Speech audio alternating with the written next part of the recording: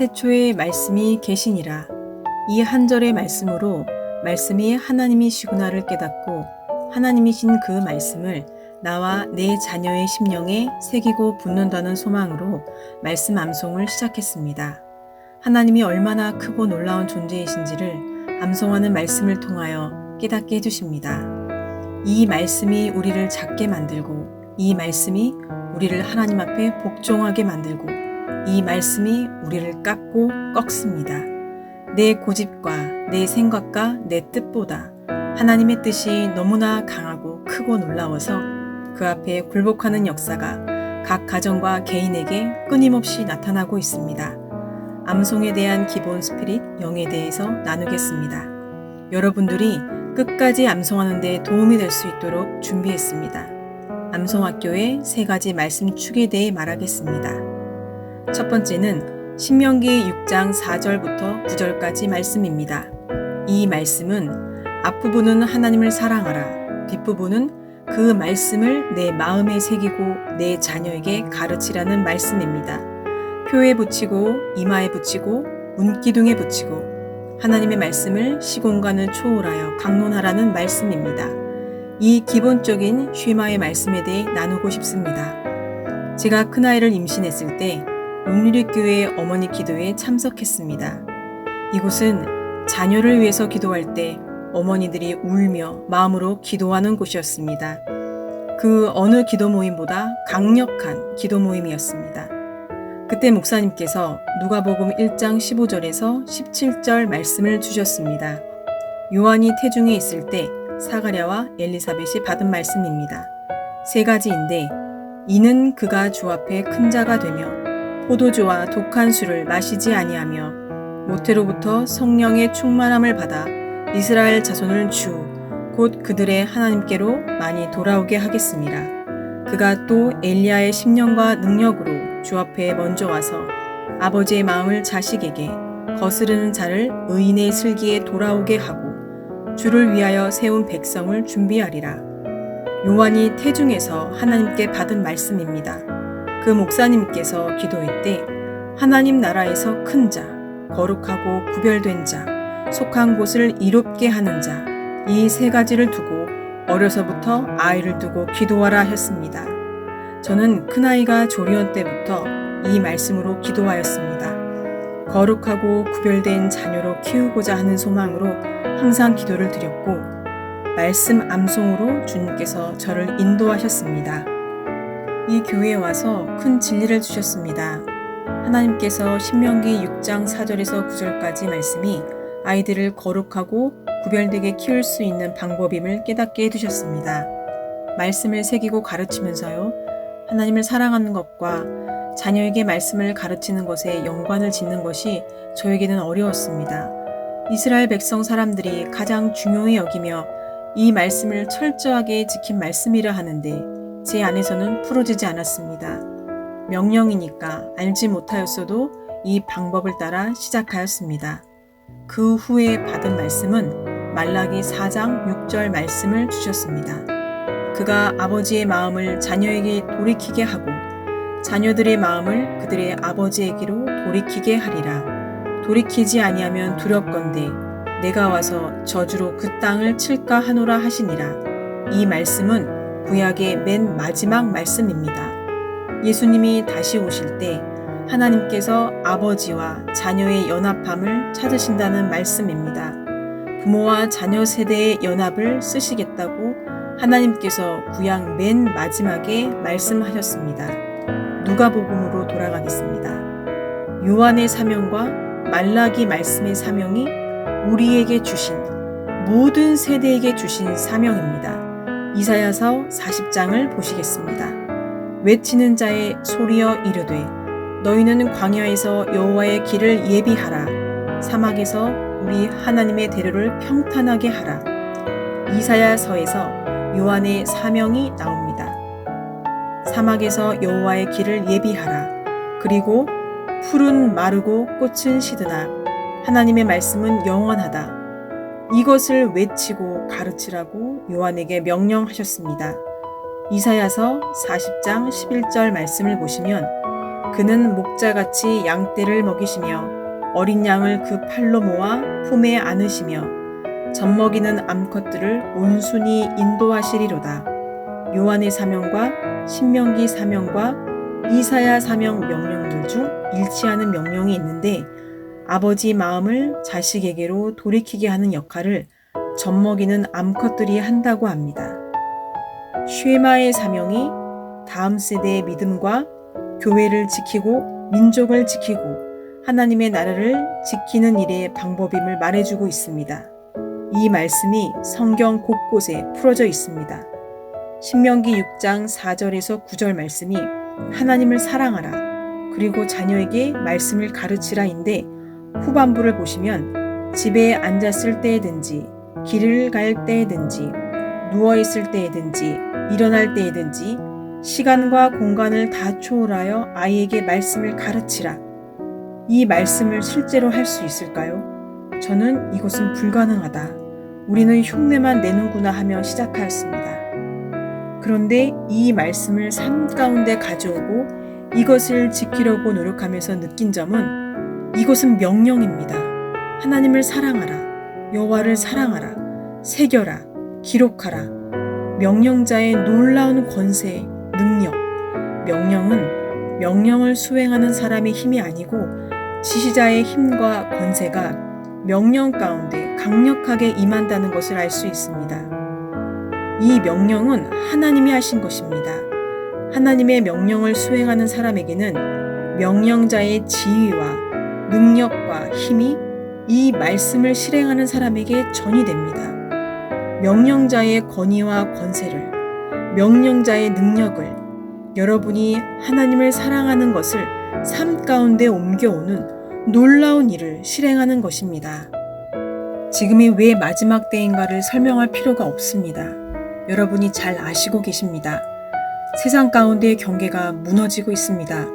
가정, 아이, 학생, 어머니, 남편과 아내 사이를 보호하는 법들이 무너지고 있고 하나님이 세우신 여성, 남성, 성 정체성조차도 보호받지 못하고 있습니다.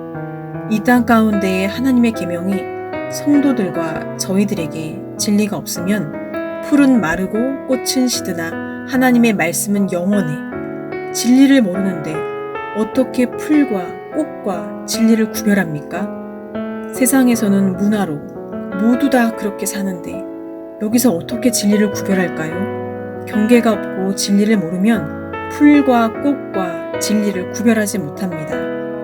쉐마 말씀이 언약을 뜻하고 하나님이 약속을 통해 일하시기 때문에 말씀 암송할 때 말씀이 하나님이신 것을 인식하고 시작하는 것입니다.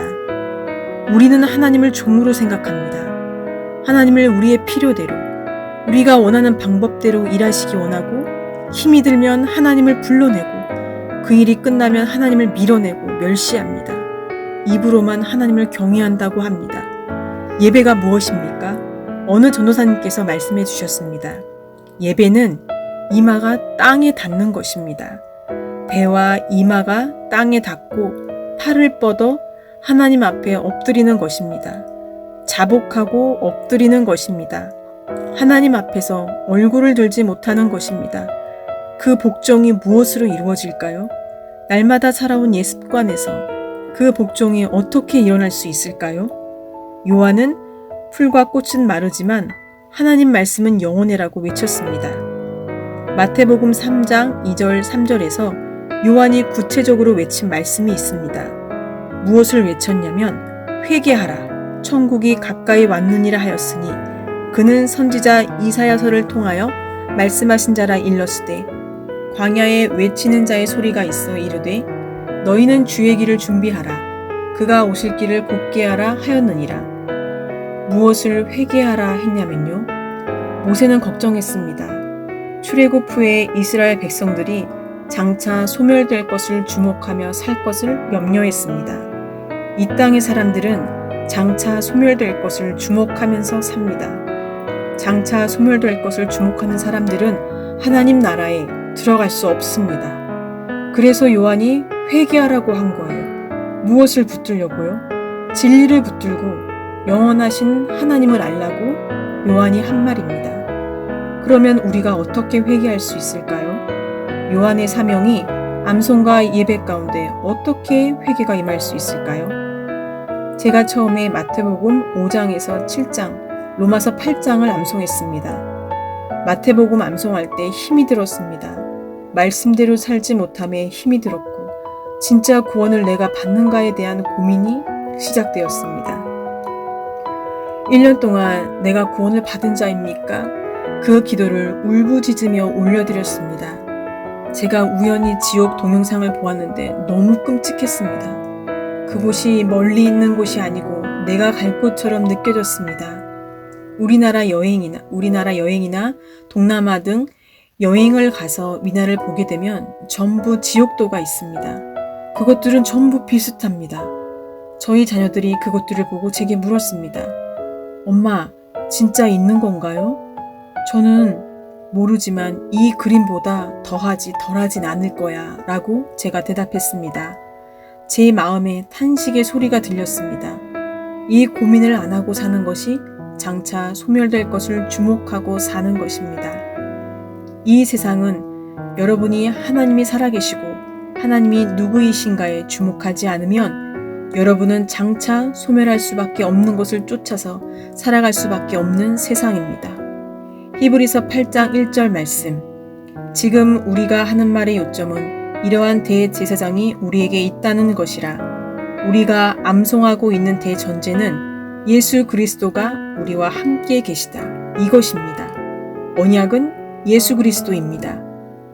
하나님께서 아브라함에게 약속하셨습니다. 너를 통해서 모래알같이 민족을 만들 것이다 라고 약속하셨습니다. 이것은 아브라함 혼자에게만 주어진 약속이 아닙니다.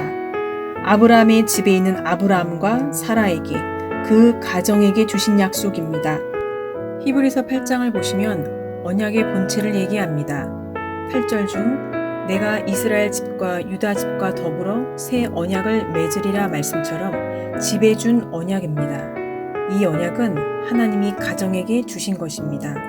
가정에는 놀라운 비밀이 있습니다.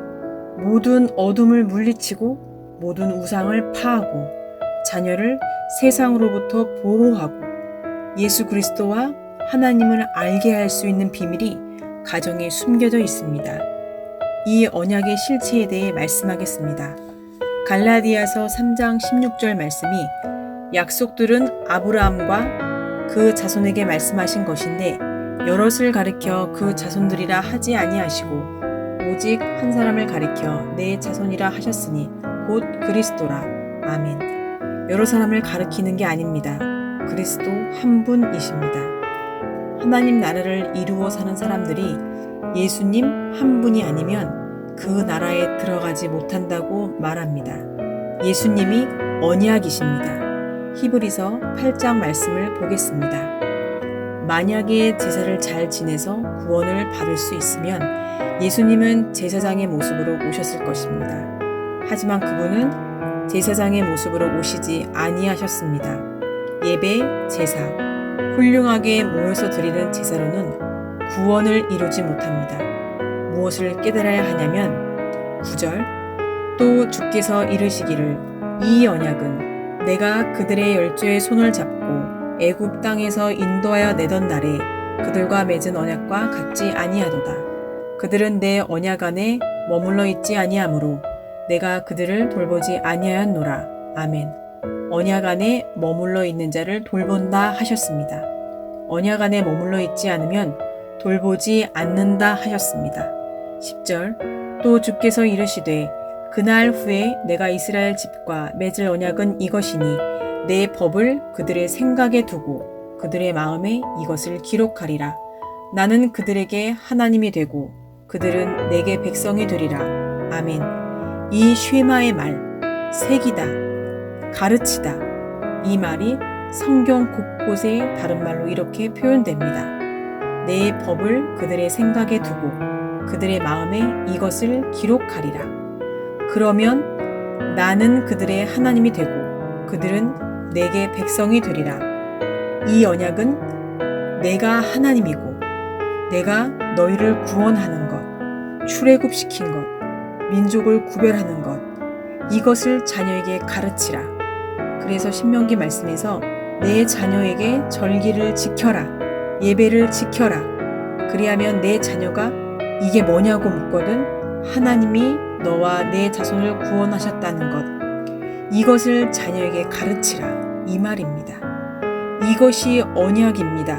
가르치라는 말이요. 그래서 이 언약은 첫 번째, 주권, 왕에 대한 소개, 그가 누구인가, 왕이신 하나님. 두 번째, 왕이 베푸는 은혜, 구원해 주심. 세 번째, 백성들이 왕의 백성답게 살아가는 삶. 네 번째, 순종과 불순종에 대한 축복과 저주가 신명기 앞에 나와 있고, 다섯 번째 언약을 다음 세대에게 전수를 위한 믿음의 조치로 삼으시고, 이것은 보관과 낭송을 상징합니다. 이스라엘 사람들은 모세의 오경을 52주로 나눠서 자녀와 함께 아버지와 함께 그 말씀을 선포하는 것입니다. 그것을 찬송이라고 합니다. 사람의 뜻이 들어가지 않는 하나님의 뜻을 선포하는 것입니다. 이것을 하는 것을 하나님이 무엇이라고 약속하셨냐면 불기둥, 구름기둥, 항상적인 임재, 하나님의 임재, 즉 성령의 임재는 마음이 뜨겁고 기도할 때 바람이 부는 것 같고 누가 날 감싸는 것 같고 마음이 깨끗해지고 이것도 성령의 임재지만 하나님의 말씀 선포에는 강력한 성령의 임재가 있습니다. 즉 약속은 너희들이 나를 새기고 말씀을 내 입술로 내보낼 때 내가 너희와 항상 함께하리라. 이것은 너희는 내 백성이 되리라 이 말씀입니다. 11절 12절에 나오는 말씀입니다. 11절 말씀 중에 또 각각 자기 나라 사람과 각각 자기 형제를 가르쳐 이르기를 주를 알라 하지 아니할 것. 이 말의 의미는 쉐마를 하는 가정은 자기 자식에게 하나님의 말씀을 가르치는 자들. 이들은 자녀에게 주를 알라 이 라는 말을 따로 가르칠 필요가 없습니다. 그들이 작은 자로부터 큰 자까지 다 나를 알미라. 이것을 하는 자들은 집안의 작은 자로부터 큰 자까지 다 나를 알미라. 이 의미입니다. 신명기 6장 4절에서 9절 말씀에 가르치라는 것은 누구를 위한 것입니까? 애들을 위한 것입니까? 이 세대를 위한 것입니다. 이 세대가 다음 세대와 공존하기 위해 있는 하나님의 놀라운 약속입니다. 그래서 작은 자로부터 큰 자까지 나를 알리라입니다. 히브리서 8장 7절 저 첫 언약이 무음하였더라면 둘째 것을 요구할 일이 없었으려니와 아멘. 첫째 것이 흠이 있다는 말입니다. 하나님이 주신 율법에 흠이 있다는 것이 말이 됩니까? 이 흠이 어떤 것인지 아십니까? 사람이 지킬 수 없는 게 흠입니다. 이스라엘 백성들은 이 말씀을 지키려고 암송하고 다음 세대에게 이것을 내렸습니다. 본인이 잘못했으면 제사를 드렸고 제사 드리고 내려오는 길에 죄가 또 생각이 났을 거예요. 그리고 고백이 있었을 것입니다. 나는 이 율법을 지킬 수가 없어. 이 율법을 지키지 못하는 고통이 이스라엘 백성들에게 있었습니다. 이스라엘 백성들이 하나님의 계명을 다 지킬 수 없으니 누구를 찾겠습니까? 다시 오실 메시아에 대한 간구가 이스라엘 백성들에게 있었습니다. 우리가 지금 다시 오실 예수님을 기다리는 것과 똑같은 심령이 이스라엘 사람들에게 있었습니다. 12절에 이렇게 말합니다. 내가 그들의 불의를 긍휼히 여기고 그들의 죄를 다시 기억하지 아니하리라 하셨느니라. 아멘. 말씀을 암송하면 무엇을 깨닫느냐면요. 나의 육신과 만납니다. 교회를 오래 다니면 표면적인 죄를 짓지 못합니다. 남을 욕하거나 싸우거나 비방하거나 하나님이 싫어하시는 드러나는 죄를 감추는 기술이 생깁니다. 그렇지만 육신의 본체가 하나님의 말씀과 맞닿았을 때 그것이 발가벗겨지고 드러나고 만천하에 알려지게 될 때 우리에게 회개가 일어납니다. 회개는 1년 전, 2년, 3년 전에 내가 지었던 죄를 끄집어내서 회개하는 것이 아닙니다. 이것도 아름다운 회개이지만 말씀을 암송하고 말씀을 가진 사람의 심령 가운데 일어나는 회개는 육신 가운데 있는 회개입니다. 내 죄가 나를 떠나지 않을 것 같은 이 고통 때문에 이 죄로 하나님을 보지 못할 것 같은 마음에 어렵습니다. 이것이 말씀 암송에서 일어나는 회개의 근본 표현입니다. 이 근본의 마음이 이스라엘 사람들과 우리에게 이 세대에서 말씀을 가지고 날마다 하나님 앞에 암송하고 예배하는 우리에게 이것이 임한다는 것입니다. 하나님 앞에 어떻게 구원을 받습니까? 입술로 시인하면 구원을 받는다고 생각하십니까? 구원의 확신이 무엇입니까? 순교할 수 있는 확신이 구원의 확신입니다. 모르니까 자기가 죽겠다고 하죠. 순교할 수 있습니까? 그 상황이 되어보지 않고는 어느 누가 할 수 있다고 말할 수 있습니까? 아무도 그 말할 수 없습니다. 이것은 하나님 앞에 내 육신 안에 들어있는 이 고통, 하나님 말씀을 아무리 지키려고 해도 지킬 수 없는 고통, 이스라엘 백성과 똑같이 가지고 있는 우리가 로마서 4장 7절 불법이 사함을 받고 죄가 가리어짐을 받는 사람들은 복이 있고 아멘. 나와 그들의 불의를 긍휼히 여기고 그들의 죄를 다시 기억하지 아니하시는 하나님 한 분께 나아가는 것, 하나님께 전심을 드리는 것, 이것이 속죄의 원리요 구원의 모형인 것입니다. 누가 누구를 비판합니까? 내 죄가 가득한데, 내 눈 안에 들보가 있는데 누구 티끌을 보고 누구에게 손가락질을 하겠습니까? 그리고 하나님께서 은혜로 죄를 가린다는 가르침이 있고요. 육신 가운데 있는 사람은 죄에서 벗어날 수 없다는 가르침이 있습니다. 이 상반된 가르침이 무엇입니까? 진리가 다른 것입니까? 시작은 육신 가운데 있는 우리는 이것을 다 지킬 수가 없구나로 시작합니다. 하지만 하나님께서 이끄시는 방향성은 무엇입니까? 주가 주시는 은혜로 하나님이 주시는 그 놀라운 권세자의 권세의 견인으로 죄를 이기는 자가 되는 것입니다. 히브리서 8장 13절 새 언약이라 말씀하셨음에 새 언약이 누구십니까? 예수 그리스도이십니다. 첫 것은 낡아지게 하신 것이니 낡아지고 쇠하는 것은 없어져 가는 것이니라. 이것은 옛 율법이 없어진다는 것이 아니고 우리 안에 있는 옛 사람, 죄를 이기지 못하는 옛 습관, 그 육신들이 소멸되어 간다는 놀라운 약속입니다. 갈라디아서 3장 14절 이는 그리스도 예수 안에서 아브라함의 복이 이방인에게 미치게 하고 또 우리로 하여금 믿음으로 말미암아 성령의 약속을 받게 하려 함이라. 아멘. 언약이 있는 곳에 성령이 있습니다. 우리가 사모하는 성령이 하나님 말씀을 암송하고 그 심령 가운데 가질 때 성령을 주십니다.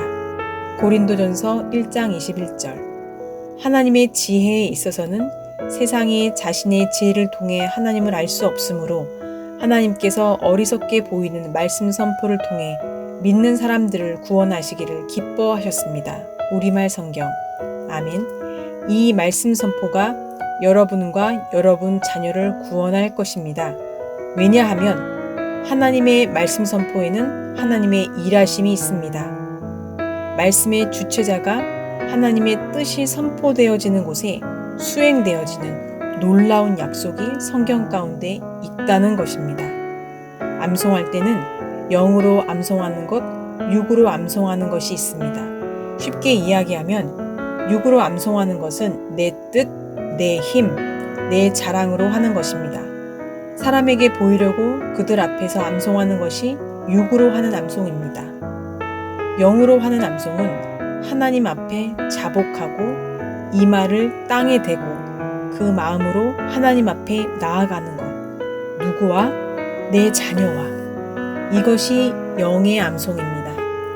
오늘 여러분이 가지셔야 될 것은 우리는 이스라엘 사람들이 하는 것을 흉내내는 것이 아닙니다. 이스라엘과 교회의 사명이 동일합니다.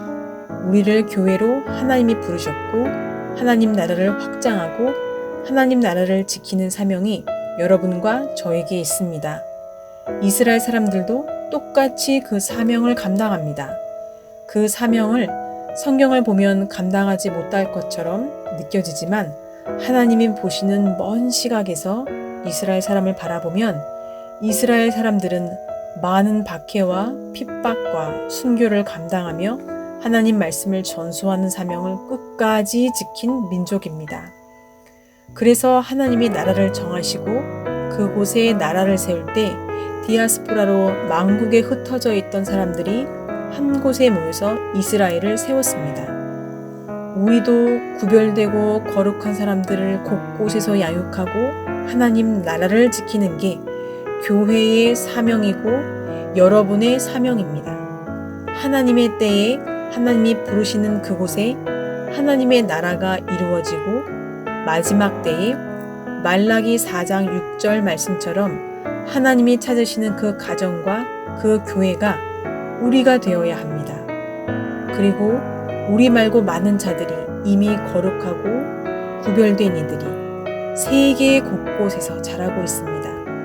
마지막으로 이 말라기 4장 6절을 나누겠습니다. 부모 세대와 자녀 세대의 연합이 어떻게 이루어질까요? 내 자녀와 내가 어떻게 연합이 될까요? 대화로 할 수 없습니다. 세대가 다릅니다. 좋아하는 거, 듣는 거, 가르치는 것도 다릅니다. 이 아이들과 어떻게 연합을 이룹니까? 아버지의 마음을 자녀에게로, 자녀의 마음을 아버지에게로. 부모가 하나님께 엎드려요. 이 말을 땅에 대어요. 복종해요. 그리고 하나님 한 분만을 높입니다. 그러면 그 자녀가 아버지, 어머니 심령 가운데 하나님이 있다는 걸 봅니다. 그리고 부모와 나도 암송하면 똑같이 육신 가운데에 있는 죄인인 것을 알게 됩니다. 엄마도 죄인이고 나도 죄인인 것을 알게 됩니다. 나와 자녀의 죄를 회개하며 우리가 하나님 앞에 드립니다. 자녀가 어떻게 순종하는지 아십니까? 부모의 심령에 있는 성령을 보고 순종합니다. 부모의 겉모습, 불순함, 부모의 부족함, 부모의 실수를 보고 비난하고 부모를 거부하는 게 아닙니다. 부모가 하나님 앞에 온전히 엎드렸을 때 그 위에 계신 하나님을 보고 자녀가 하나님을 보며 연합합니다. 하나님과 사람이 연합하는 방법을 예수 그리스도께서 보여주셨습니다.